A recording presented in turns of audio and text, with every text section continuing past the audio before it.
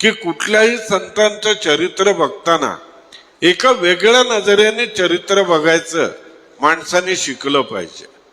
की वेगळ्या नजरेने अशा अर्थाने की आपण सामान्यतः बघतो ते आपण त्यातल्या चमत्काराकडेच लक्ष जास्त देतो, पण मी खरं कारण सांगतो तुम्हाला की चमत्कारामागं कधीच लागायचं नसतं।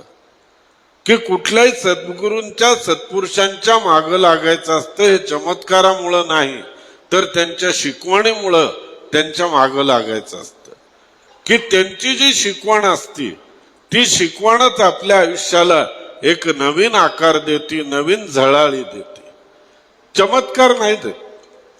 पण आपण नेमकं उलट करतो, आपण त्या चमत्काराच्या मागं लागतो की नाही असं असं होतंय, असं असं होतंय, मग चला मग काही मग हे होतंय ना, मग चला आपण बाकी विचार करत नाही, आपण कुठलाच विचार करत नाही। की अहो मला सांगा की जर पोटावर जर बेलाचं पान ठेवून जर फटाफट परीक्षेत जर प्रश्न लिहिता आले असते, काही केलं असतं तर कोविडच्या काळात एवढी माणसं मेलीच नसती ना। कशाला मेली असती एवढी माणसं? पण आपण या कुठल्या गोष्टीचा विचारच करत नाही, आपण फक्त चमत्काराचा विचार करतो।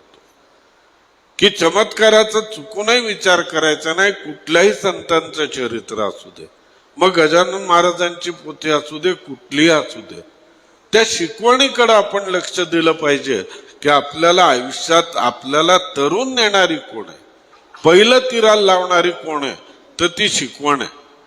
अहो स्वतः प्रत्यक्ष स्वामी महाराजांनी, मोठ्या महाराजांनी काय सांगितलं, सदा संतांपाशी जावे, जवळी त्यांच्या बैसावे, उपदेश तेन देती तरी ऐकाव्या त्या गोष्टी। की त्याच्याने काय होणार आहे, तर आपले कष्ट जे आहेत ते सगळे नष्ट होणार आहेत। की त्या उपदेशामध्ये एवढी ताकद आहे, त्या उपदेशामध्ये एवढी ताकद आहे, तर तिथं चमत्काराच्या मागं लागण्याची गरज नाही।